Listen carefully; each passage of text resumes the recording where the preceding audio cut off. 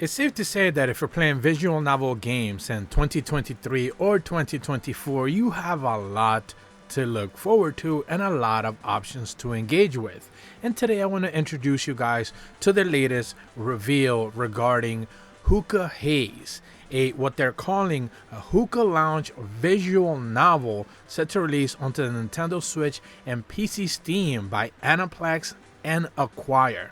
And the reason why I really want to talk about this game is because it mixes two things that I haven't necessarily seen being done before in any type of visual novel game.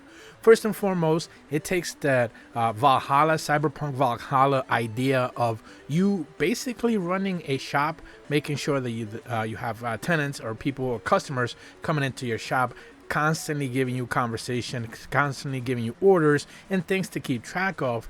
But at the same time, this time they're mixing it with essentially anime girls getting high, or kind of, based on their very own press release wording, which of course is all translated from Japanese, but the suggestion here implies that there's more than meets the eye. And I would be very surprised ultimately if what they're actually trying to do here ends up getting released, just because of the subjects that they are looking to be touching upon at face value, I should say. So it's not like there's anything indicatively wrong about this game, but the way that they're actually talking about it, the developers themselves, is what's really got me interested. I'm going to be leaving a link in the description below for the official press release, but I'm also going to be leaving a link in the description below for the Gamatsu article, which talks about some of the things that they mentioned in their blog page, where they essentially mentioned that Acquire and Aniplex in their latest Live Expo 2023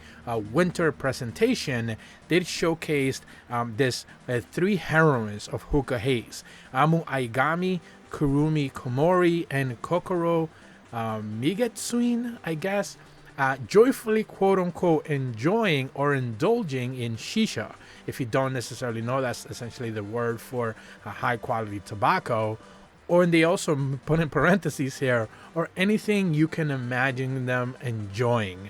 So essentially they're saying, hey, they could be doing marijuana, they could be doing hash, they could be doing anything that you basically expect them to, based on some of the dialogue conversations that they might end up having. And if you have played Cyberpunk Bartender Valhalla, you already kind of know that you don't necessarily dictate the story. You are actually being thrusted upon conversations from different characters. But what this game aims to do a little bit different is that based on some of those conversations you have with the ongoing tenants or recurring characters that are continually visiting your shop, you can probably persuade them to do something a little bit more than what they're typically used to. And I find that extremely fascinating.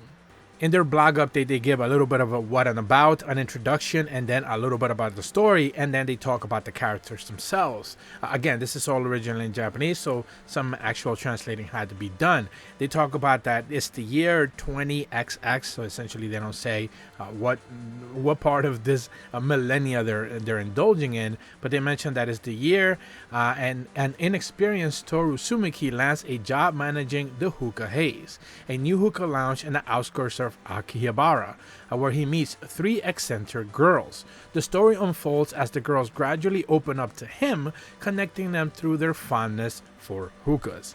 The introduction for the story is that in the outskirts of Akihabara, a new hookah lounge opens up its doors to its customers. Welcome to the Hookah Haze. Before long, the rookie manager, Toru Sumiki, notices that socializing with the lounge's peculiar clientele has begun to change him. Tobacco quote-unquote flavored recommendations on social media affects who visits the lounge, weaving and twist to the story nudge or in its direction by the choices that the protagonist makes as he suggests some things to the clientele.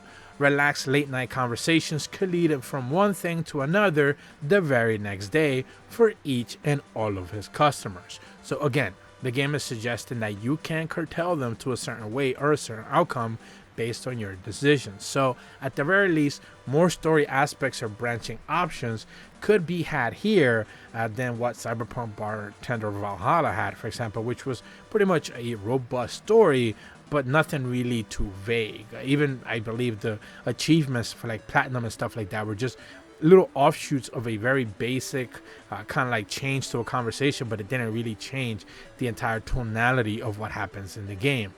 When it comes to the story, they do mention that the protagonist loses the will to live after being diagnosed with a fatal illness. Toru's doctors insist that he should make the most out of life and what he has left, and he signs on as a temporary manager of a hookah lounge. Through his new job, Toru meets a very unusual set of girls. Although cheerful at glance, they're battling with work problems, past traumas, or anything you can imagine, and searching for a place to belong. As Toru begins to bond with them and through hookahs, what he will find once the girls fully open up to him is something out of this world. So again, they are teasing a lot regarding what the characters could potentially lead up to, and I find that very interesting. And as for the three protagonists here, you have Amu Aigami. They mention that she is the novelty cafe employee at Akihabara, thirsty for attention, loves to be spoiled, and absolutely loves herself. Meigetsuin Kokoro is the store clerk, polite, intelligent, and usually optimistic, but hides past traumas. You also have Kurumi Komori, a doll maker employed by a big business, comes off as willful, not a great communicator. And lastly, Yu, the protagonist or the person running the actual shop, Toru Sumiki, a Hookah Haze temporary manager, has the tendency to give up his own desires and put others before himself, loves hookah and fish tanks for whatever reason.